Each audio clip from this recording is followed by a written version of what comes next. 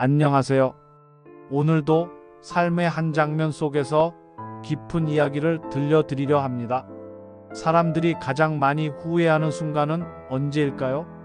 바로 곁에 있을 때 잘하지 못했을 때라고 합니다. 오늘은 그런 후회의 무게를 안고 살아가다 뒤늦게 깨달음을 얻은 한 아버지의 이야기입니다. 저는 올해 72, 이름은 김형수입니다. 평생을 버스 운전기사로 살아왔습니다. 아침 5시에 나가서 밤늦게 들어오고 매일 같은 길을 달리며 제 인생도 그 길 위에 묶여 있는 듯 했죠. 저에겐 아들이 하나 있습니다. 아내가 일찍 세상을 떠난 뒤 혼자 그 아이를 키우며 살았습니다.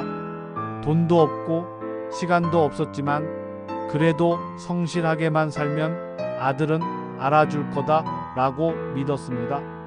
하지만 현실은 그렇지 않았습니다. 어릴 때는 늘 아빠 최고 라며 제 무릎에 안기던 아이가 중학교쯤 되자 점점 말을 줄이더군요. 고등학교에 가서는 아예 눈도 잘 마주치지 않았습니다. 아빠는 왜 늘 집에 없어요? 아빠랑 얘기하면 재미없어. 그 한마디 한마디가 제 가슴을 파고들었습니다. 그래도 저는 오히려 더 돈을 벌어야겠다고 생각했습니다.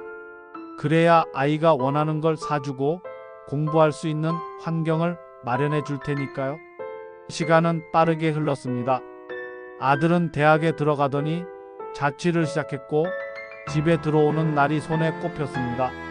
저는 여전히 새벽에 출근하고 밤늦게 퇴근하며 빈집을 지켰습니다. 그런데 어느 날 아들이 갑자기 전화를 걸어왔습니다. 아빠, 저 결혼합니다. 순간 핸들을 잡은 제 손에 힘이 풀렸습니다. 아직도 제겐 어린애 같은데 어느새 한 가정을 이루려 한다니 믿기지 않았죠. 그날 밤 거울 앞에 선 제 모습은 새하얗게 센 머리카락, 굽은 어깨, 그리고 낯선 주름투성이 얼굴이었습니다.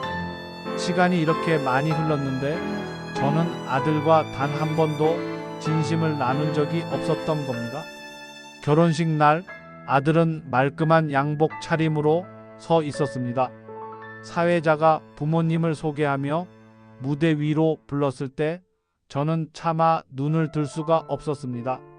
저는 이 자리에 어머니 대신 아버지가 함께 하십니다.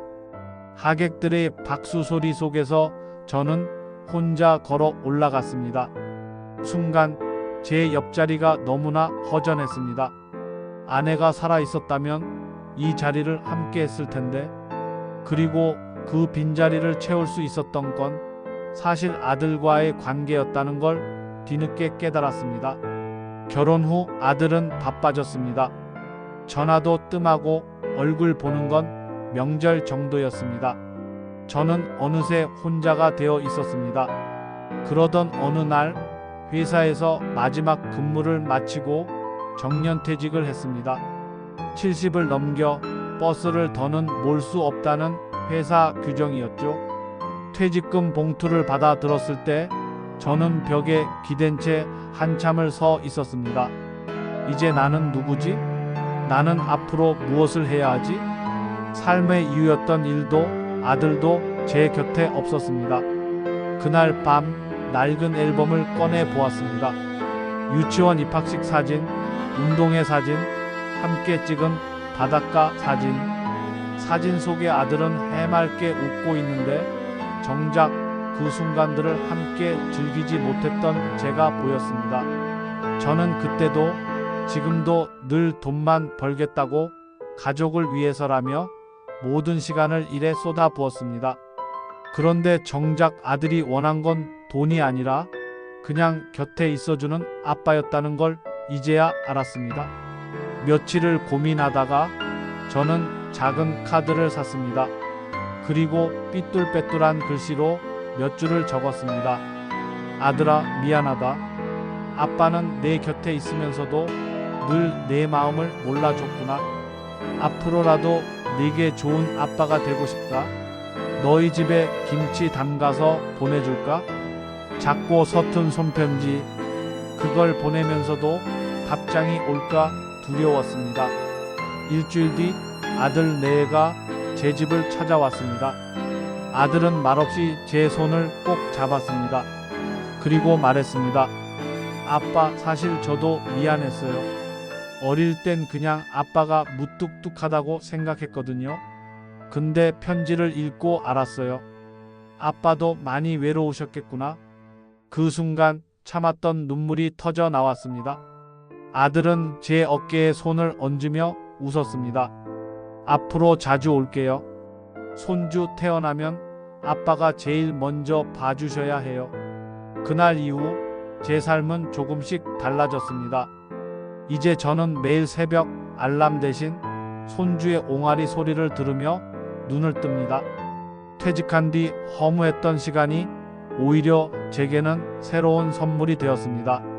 저는 늦게서야 깨달았습니다. 사람이 가장 후회하는 건 돈을 덜 번 게 아니라 사랑을 더 주지 못한 것이었습니다. 혹시 지금 이 영상을 보고 계신 분들 중에도 사랑하는 가족과 거리가 멀어진 분이 계신가요?